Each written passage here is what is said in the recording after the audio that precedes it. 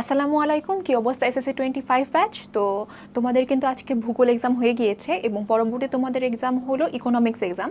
তো তোমাদের একটা কথা বলে রাখি আগেই যে ইকোনমিক্স এক্সাম কিন্তু সম্পূর্ণ নির্ভর করে তোমার প্রিপারেশন কত ভালো, কত স্ট্রং, তোমার বেসিক কত স্ট্রং সেটার উপরে। অন্যান্য সাবজেক্টগুলো যে ছিল সেগুলো হয়তো তোমরা একটু ভালো মতো প্রিপারেশন নিলে, একটু মোটামুটি প্রিপারেশন নিলে তোমরা লিখতে পারতে, কজ ওগুলা সব কিছু ডেসক্রিপটিভ ছিল। কিন্তু ইকোনমিক্সের ক্ষেত্রে তোমার ম্যাথ এবং ডেসক্রিপটিভ, ম্যাথ এবং থিওরির একটা ব্যালেন্সড ওয়ে থাকে বা ব্যালেন্সড একটা বিষয় থাকে। সুতরাং তোমাদেরকে ম্যাথেও যেমন ভালো করতে হবে এবং থিওরির পার্টেও ভালো করতে হবে বা ডেসক্রিপটিভ পার্টেও ভালো করতে হবে। তো সেজন্য তোমাদের কিন্তু একটা ভালো স্ট্রং একটা প্রিপারেশন দরকার। তো সেই জন্য এখন তোমরা পরীক্ষা দিয়ে এসেছো, একটু রেস্ট নাও, রেস্ট নিয়ে আবার পড়াশোনা শুরু করে দাও। এক্ষেত্রে বলবো যে ম্যাথগুলো একটু ভালোভাবে করবে, সূত্র চিত্র কখনোই একদম হেলাফেলা করবে না বা সূত্রচিত্র একদম ভালোভাবে ফোকাস করে যাবে যাতে এগুলোতে ভুল হওয়ার সম্ভাবনা কম থাকে। আরেকটা বিষয় হলো সূত্রচিত্র থেকে কিন্তু একদম বহু নির্বাচনী কোয়েশ্চেন এসে থাকে যেটাকে আমরা এমসিকিউ বলি। তো এমসিকিউ যদি একদম ভালো করতে চাও, একদম অ্যাকিউরেট করতে চাও, এমসিকিউ যদি হায়েস্ট মার্ক উঠাতে চাও, তাহলে কিন্তু সূত্রচিত্র যে ম্যাথগুলো রয়েছে ওগুলো তাড়াতাড়ি করার একটা টেন্ডেন্সি থাকতে হবে বা একটা প্র্যাকটিস করতে হবে ভালো মতো। এখানে তোমাদের কিন্তু সৃজনশীল 11টা প্রশ্ন থাকবে এবং সেখান থেকে 60টি প্রশ্নের উত্তর দিতে হবে। 60টা সৃজনশীল, তোমরা কিন্তু আগে 60টা সৃজনশীল দিয়েছো, কিন্তু এখানে যেহেতু ম্যাথও রয়েছে সুতরাং ম্যাথ করতে তোমাদের অনেক সময় ব্যয় হয়ে যাবে। সুতরাং একটা টাইম ম্যানেজমেন্ট অবশ্যই করবে, ম্যাথগুলো যাতে খুব তাড়াতাড়ি বা দ্রুত সলভ করতে পারো সেজন্য ভালোভাবে প্র্যাকটিস করবে। এবং যে বহু নির্বাচনী কোয়েশ্চেন রয়েছে সেজন্য ম্যাথ খুবই প্রয়োজন এবং ভালোভাবে যদি আগে তোমার দাগানো বই থাকে সেখান থেকে পড়ে যাবে। তারপর আসি যে প্রথম থেকে তোমাদের তো 10টা চ্যাপ্টার, প্রথম থেকে 10 চ্যাপ্টার পর্যন্ত কোন কোন টপিকগুলো ইম্পর্টেন্ট। এখন অনেকেই জিজ্ঞেস করে যে এই লাস্ট মোমেন্টে তো পুরোপুরি বই রিভিশন দেওয়া সম্ভব না। আসলেই সম্ভব না, কিন্তু তাহলে কি করব, কোন কোন টপিক পড়বো লাস্ট মোমেন্টে, কোন কোন টপিক একটু এমফাসাইজ করব। তো আজকে আমি বলবো যে তোমাদের পরীক্ষার এখন অনেক সময় রয়েছে, তোমরা এখন থেকে যদি শুরু করে দাও সাজেশন অনুযায়ী পড়া, তাহলে ভালোভাবে একটা কভার করতে পারবে সিলেবাস এবং ভালো একটা প্রিপারেশন নিতে পারবে। তো চলে যাই যে ফার্স্ট চ্যাপ্টার থেকে 10 চ্যাপ্টার পর্যন্ত কি কি পড়বে কোন চ্যাপ্টার থেকে। প্রথমেই ফার্স্ট চ্যাপ্টার থেকে এখানে তোমাদের প্রথম অধ্যায় হলো অর্থনীতি, অর্থনীতি পরিচয়। তারপর প্রথমে রয়েছে দুষ্প্রাপ্যতা ও অসীম অভাব, অর্থনীতির সংজ্ঞা, এই দুইটা পড়বে ক এবং খর জন্য। লক্ষ্য করে দেখো, ক এবং খর জন্য কিন্তু খুব বেশি পড়ার প্রয়োজন নেই, অল্প পড়লেই হয়। সুতরাং তোমাদের আগে টপিকগুলো আলাদা করতে হবে যে কোনগুলো ক এবং খর জন্য, কোনগুলো গ এবং খর জন্য। ক এবং খর জন্য যে টপিকগুলো তোমরা পড়বে অবশ্যই 3-4 লাইন বা 2-3 লাইনের মধ্যে পড়ার চেষ্টা করবে, গুছানোর চেষ্টা করবে। খুব বেশি ডেসক্রিপটিভ ওয়েতে পড়ার দরকার নেই, কারণ এখন টাইম ওয়েস্ট করার মতো টাইম তোমার হাতে নেই। তারপরে রয়েছে অর্থনীতির নীতি, আয়ের বৃত্তাকার নীতি, ধনতান্ত্রিক অর্থব্যবস্থা, সমাজতান্ত্রিক, মিশ্র এবং ইসলামিক অর্থব্যবস্থা।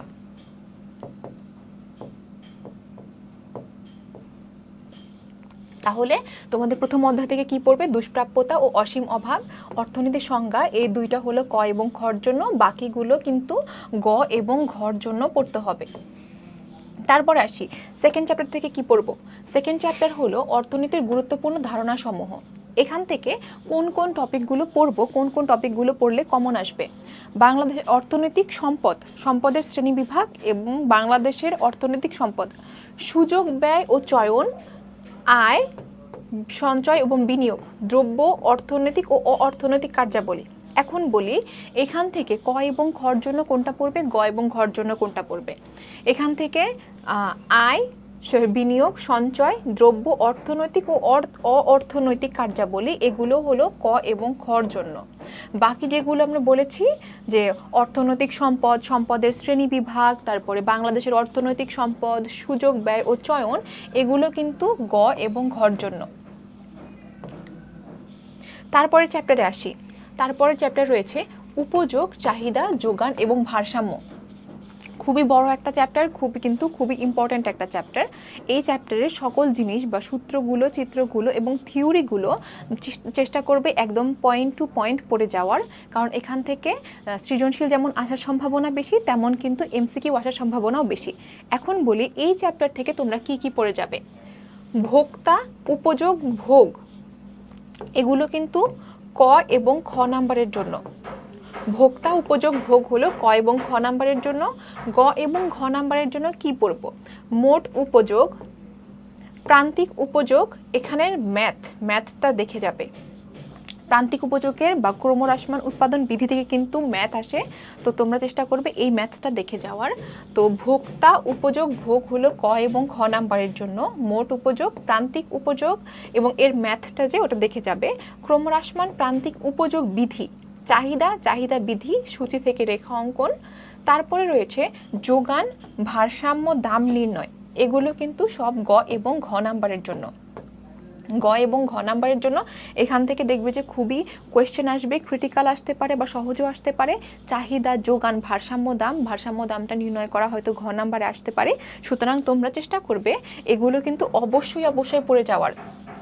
যারা, আরেকটা কথা বলি, যারা ম্যাথে একটু স্ট্রং রয়েছে, তাদের ম্যাথের বেসটা স্ট্রং, তারা চেষ্টা করবে এই অধ্যায়টা অবশ্যই টাচ করতে, কারণ এই অধ্যায় থেকে মার্কস কাটার সম্ভাবনা কম। সুতরাং তুমি যদি এখান থেকে কোয়েশ্চেনের অ্যান্সার করো, 10-এর মধ্যে 10 মার্কে কিন্তু পাওয়া সম্ভব।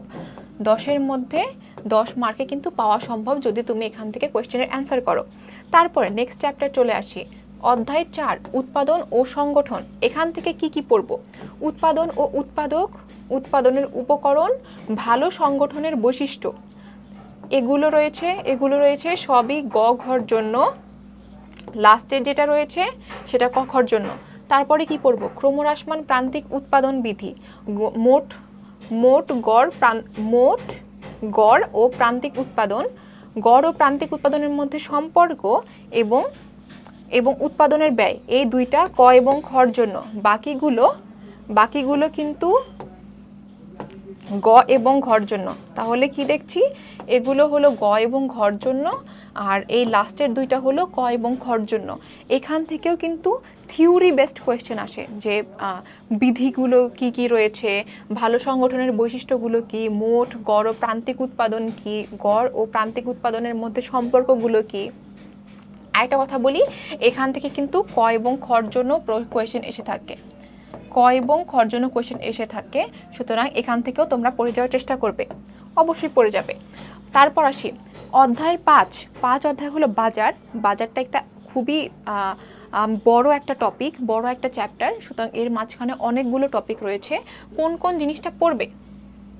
বাজারের বিকাশ, প্রকারভেদ আর বাংলাদেশের বাজার ব্যবস্থা, এই দুইটা টপিক বা দুইটা পয়েন্ট তোমরা মিস দিবে না এই চ্যাপ্টার থেকে। তো বাজার অধ্যায় থেকে কোন টপিক পড়বে? বাজার অধ্যায় থেকে বাজারের বিকাশ ও প্রকারভেদের মধ্যে অনেকগুলো টপিক রয়েছে, যেমন একচেটিয়া বাজার, অলিগোপলি, তারপর অনেকগুলো টপিক রয়েছে। সুতরাং তুমি চেষ্টা করবে যে প্রত্যেকটা ভালোভাবে প্রকারভেদ যেগুলো প্রকারভেদ বা ক্লাসিফিকেশন যেগুলো রয়েছে বাজারের, সেগুলো ভালোভাবে পড়ে যাওয়ার। তারপর অধ্যায় 6, জাতীয় আয় এবং এর পরিমাপ। জাতীয় আয় এবং পরিমাপের মধ্যে কি পড়ব? মোট দেশজ উৎপাদন, মোট জাতীয় আয়, নিট জাতীয় আয়, মাথাপিছু মোট দেশজ উৎপাদন, এগুলো হলো ক খর জন্য। আর গ ঘর জন্য কোনটা পড়ব? গ ঘর জন্য হলো জিডিপি পরিমাপের পদ্ধতি, জিডিপি নির্ধারক, জিডিপি বহির্ভূত বিষয়াবলী, বাংলাদেশের জিডিপি আয় পরিমাপ পদ্ধতি। সুতরাং এগুলো হলো গ এবং ঘর জন্য, এবং বাকিগুলো হলো ক এবং খর জন্য। গ এবং ঘর জন্য কোনগুলো আবার বলে দিচ্ছি: জিডিপি পরিমাপের পদ্ধতি, জিডিপি নির্ধারক, জিডিপি বহির্ভূত বিষয়াবলী, আর বাংলাদেশের জিডিপি আয় পরিমাপক পদ্ধতি হলো গ এবং ঘর জন্য। এগুলো একটু এলাবোরেটলি পড়ে যাওয়ার চেষ্টা করবে, এবং বাকি যেগুলো আছে সেগুলো একটু ক এবং ঘর জন্য শর্টলি পড়ে গেলেই চলবে। তোমাদের কিন্তু মনে হয় যে একটা চ্যাপ্টার অনেক বড়, কিভাবে পড়বো? যখন ক খ এবং গ ঘর জন্য আলাদা করে পড়বে, তখন কিন্তু শুধু ডেসক্রিপটিভ কোয়েশ্চেনগুলো পরিমাণ অনেক কমে যায়, আর ক খর পরিমাণটা বেড়ে যায়। যেগুলো ক খ ওগুলো বেশি করে পড়ার প্রয়োজন নেই, 2-3 লাইন করে পড়লেই হবে। সুতরাং এত চাপ নেওয়ার কোনো প্রয়োজন নেই। তারপরে রয়েছে অধ্যায় 7। অধ্যায় 7-এর মধ্যে কি রয়েছে? অধ্যায় 7-এর মধ্যে রয়েছে অর্থ ও ব্যাংক ব্যবস্থা। অর্থ ও ব্যাংক ব্যবস্থা কিন্তু একটি খুবই গুরুত্বপূর্ণ চ্যাপ্টার। এটাও তুলনামূলক বড়, কিন্তু খুবই ইম্পর্টেন্ট। তোমাদের কিন্তু এখান থেকে অনেক ধরনের কোয়েশ্চেন আসতে পারে, বা এই চ্যাপ্টার থেকে 2টা কোয়েশ্চেনও আসতে পারে। রয়েছে অর্থের প্রকারভেদ, বিহিত অর্থ ও ব্যাংক সৃষ্ট অর্থ। কেন্দ্রীয় ব্যাংককে কেন নিকাশ ঘর বলা হয়? এটা কিন্তু খুবই ইম্পর্ট্যান্ট, এটা কিন্তু খুবই ইম্পর্ট্যান্ট একটা প্রশ্ন যে কেন্দ্রীয় ব্যাংকে কেন নিকাশ ঘর বলা হয়ে থাকে। সুতরাং এই তিনটা হলো ক এবং খ এর জন্য, ক এবং খর জন্য। আর গ এবং ঘর জন্য কোনটা পড়বো? অর্থের কার্যাবলী, বাণিজ্যিক ব্যাংকের কার্যাবলী, কেন্দ্রীয় ব্যাংকের কার্যাবলী, বাংলাদেশের ব্যাংক, বাংলাদেশ ব্যাংক এবং কৃষি ব্যাংক এবং গ্রামীণ ব্যাংক, এগুলো হলো গ এবং ঘ এর জন্য, গ এবং ঘ এর জন্য এগুলো পড়বে।